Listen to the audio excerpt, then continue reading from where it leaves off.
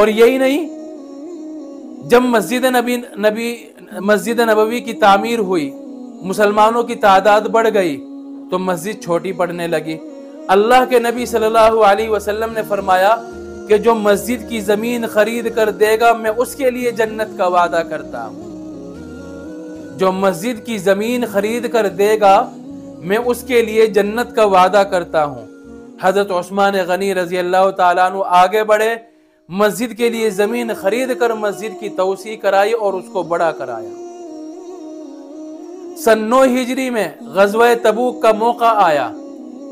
اللہ کے نبی صلی اللہ علیہ وسلم کو معلوم ہوا کہ قیصر روم کا بادشاہ اس وقت جو سپر پاور تھا وہ عرب پر حملہ کرنے کے لیے اور مسلمانوں پر حملہ کرنے کے لیے تیاری کر رہا ہے، وہ عرب کے پر حملہ کرنے کے لیے چل دیا ہے۔ اب مسلمانوں کے پاس نہ اچھی طرح جہاد کا سامان ہے، نہ جنگ کی تیاری ہے، ان کے پاس تو بیچاروں کے کھانا ہی نہیں تھا، پینے کے سامان ہی نہیں تھے، تو وہ جنگ کی تیاری۔ اچھا، آج کے دور میں اگر اس کو سمجھنا چاہے، کوئی یہ سوچ لے کہ کسی چھوٹے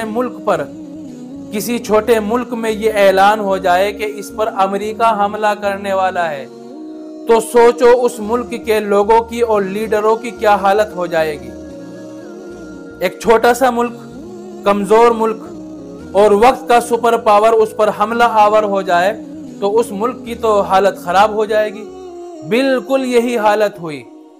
روم کے بادشاہ نے حملہ کرنے کی تیاری کی تو مسلمانوں میں بے چینی اور پریشانی پھیل گئی، کیونکہ وہ سپر پاور تھا، نہ ساز و سامان تھا۔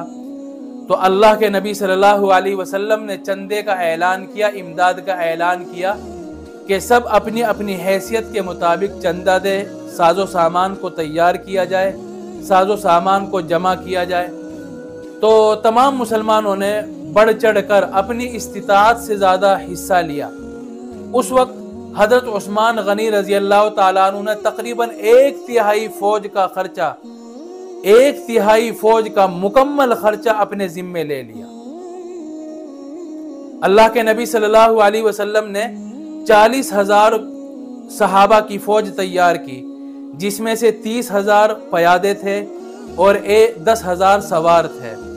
تو 30,000 پیادوں میں سے 10,000 کی خود حضرت عثمان غنی رضی اللہ تعالیٰ عنہ نے اکیلوں نے پوری ذمہ داری لی، ان کے جہاد کا سامان، ان کے کھانے کا سامان، ان کے پہننے کا سامان، حتیٰ کہ ان کے جوتوں تک کی ذمہ داری اپنے اوپر لے لی۔ اور صرف 1/3 کی ذمہ داری نہیں لی، اس کے علاوہ سینکڑوں اونٹ، درہم و دینار اور اشرفیہ اللہ کے نبی صلی اللہ علیہ وسلم کے لا کر قدموں میں ڈال دیے۔ اللہ کے نبی صلی اللہ علیہ وسلم اتنے خوش ہوئے کہ اشرفیہ ہاتھوں میں اچھالتے تھے اور بار بار یہ کہہ رہے تھے ما ضر عثمان ما عمل بعد هذا اليوم، ما ضر عثمان ما عمل بعد هذا اليوم، ما ضر عثمان ما عمل بعد هذا اليوم۔ آج کے بعد اگر عثمان کوئی کام بھی نہ کرے تب بھی آخرت میں اس کو کوئی نقصان نہیں ہوگا۔ عثمان کو آج کے بعد کسی نیکی کی ضرورت نہیں ہے۔ اللہ کے نبی صلی اللہ علیہ وسلم نے یہ بشارت حضرت عثمان غنی رضی اللہ تعالیٰ عنہ کے لیے سنائی۔